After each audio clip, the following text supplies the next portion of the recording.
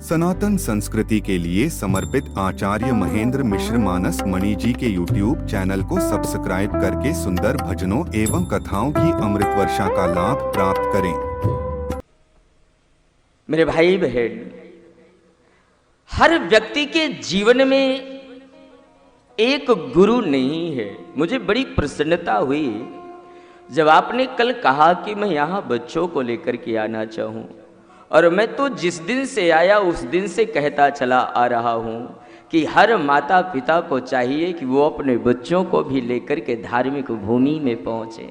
हाँ, वहां पर जाकर के वो, क्योंकि मैं निवेदन करूं ना, जो बालक आपके गृहस्थ में संस्कारों को या मानस के कुछ आपके बताए हुए चरित्रों को अनुकरण ना करे, आप किसी साधु पुरुष की भूमि में जाओ और मानस की भूमि में जाओ, राम कथा की भूमि में जाओ, तो मानस के सूत्र उसे संस्कारों में जीना बताएंगे, उसे सिखाएंगे हमारे मनीषियों ने कहा क्या है।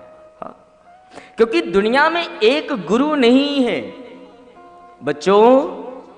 हर व्यक्ति के जीवन में बहुत सारे गुरु हैं, जिसमें सबसे पहली गुरु हर व्यक्ति, हर पुत्र की माँ है जब बालक। लेकिन समझना, वो गुरु कितने वर्ष तक की है? जब तक 3-4 साल पहले की परंपरा कि 5 वर्ष होने के बाद बच्चों को विद्यालय में भेजा जाता था। लेकिन आज तो बस बच्चे थोड़ा सा बड़े हुए, 2-2.5 साल के हुए कि मम्मी पापा बैग बिठा देते हैं सिर पे, हाँ, बोझा रखना चालू कर देते।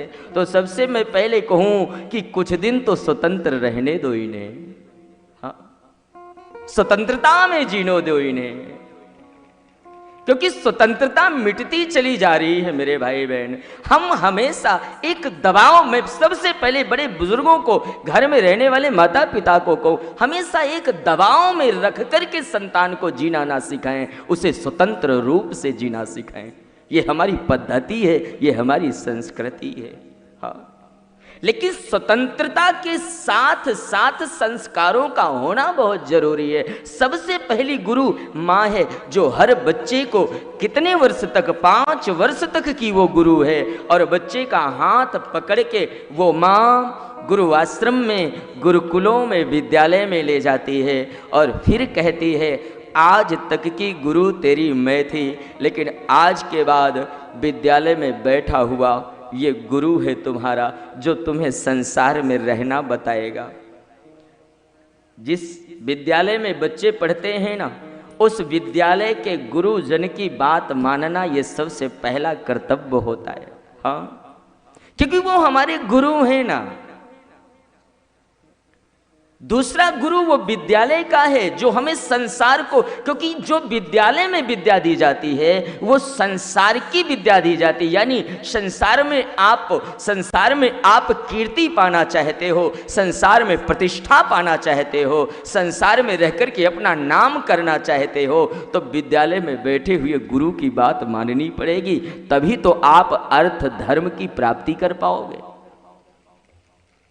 गुरु ने संसार में रहकर के जीना, विद्यालय के गुरु ने, गुरुकुल के गुरु ने संसार में रहकर के जीना सिखा दिया।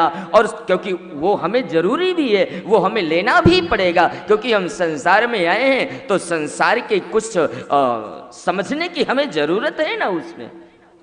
हम धन अर्जन कैसे करेंगे हम, क्योंकि संसार की विद्या ना हो तो प्रतिष्ठा या संसार में नाम कीर्ति कैसे पाई जा सकती है, तो वो भी जरूरी है। लेकिन मैं निवेदन करूं, एक गुरु तो वो रही इन बच्चों की, जो विद्यालय तक लाकर के इन गुरुओं के पास छोड़ा।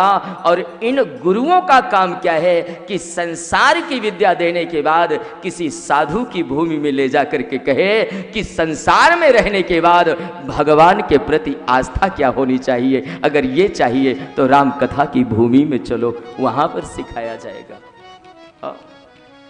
ये सभी गुरु मानव जीवन के जरूरी हैं। और मेरे भाई बहन बच्चों, अगर ये गुरु जीवन में आ गए और हम उनके आधार में जीना प्रारंभ कर दिए ना, तो आपको कोई सुख सुविधा ढूंढना नहीं पड़ेगा।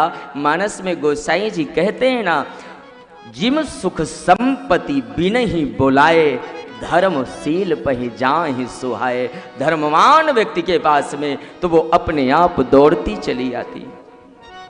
नदियां जिस तरह समुद्र की ओर दौड़ती चली जाती हैं, समुद्र ये नहीं कहता कि मेरे पास कोई गंगा यमुना आए या कोई साधारण नदी आए, कोई भी नदी जाए समुद्र स्वीकार कर लेता है। इसी तरह जो धर्म अनुसार गुरुजनों की वाणी को मान करके जीवन चलाते हैं, संस्कार के अनुसार जीवन को चलाते हैं, उनके पास में सुख सुविधाएं लेने नहीं जाना पड़ता, वो दौड़ती हुई उनके आंगन तक, उनके जीवन तक चली आती है। यही तो मानस जीवन की ये सीख है ना। हाँ,